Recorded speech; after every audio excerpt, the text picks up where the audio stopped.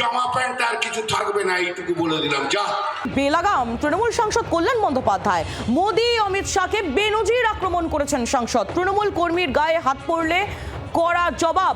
অমিত শাহের গায়ে জামা কাপড় থাকবে না এমনই হুঁশিয়ারি তৃণমূল সাংসদ কল্যাণ বন্দ্যোপাধ্যায়। প্রথম দফায় শাহকে উল্টো করে ঝুলিয়ে দিয়েছে, দ্বিতীয় দফায় মোদিকে উল্টো করে ঝোলাবে মানুষ, এমনই দাবি তার। শোনাবো তার বক্তব্য।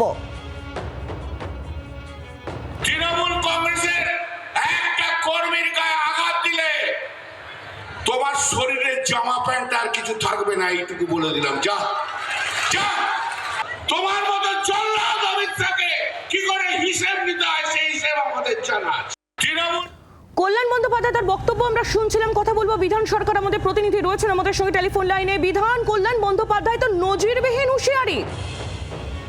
একদমই আইনি। দেখো, বিভিন্ন সভায় অমিত শাহ যেটা বলছেন যে উল্টো করে ঝুলিয়ে দিয়ে সোজা করবেন, সেই মন্তব্যের বা সেই বক্তব্যের পরিপ্রেক্ষিতে কল্যাণ বন্দ্যোপাধ্যায়কে আজকে এই কথা বলতে শোনা গেল। এবং তিনিও স্পষ্ট হুঁশিয়ারি দিয়ে রাখলেন যে 4 তারিখে যখন ভোটের রেজাল্ট বেরোবে তখন তিনিও কিন্তু উল্টো করে ঝুলিয়ে এরকম সোজা করবেন এবং সেটা ঝুলিয়েই রাখবেন যতক্ষণ না দলনেত্রী বলছেন। আইলি একেবারে বিধান, ধন্যবাদ।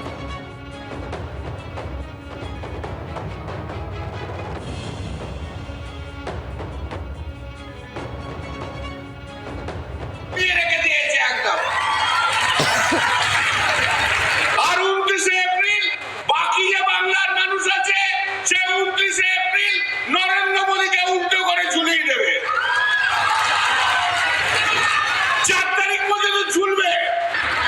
4 তারিখ পর্যন্ত ঝোলার পরে যখন রেজাল্ট বেরোবে আমরা ওর জোর কানের কাছে গিয়ে ডিজে বাজাবো। ডিজে বাংলার আওয়াজ, বাঙালির আবেগ, জি 24 ঘন্টা।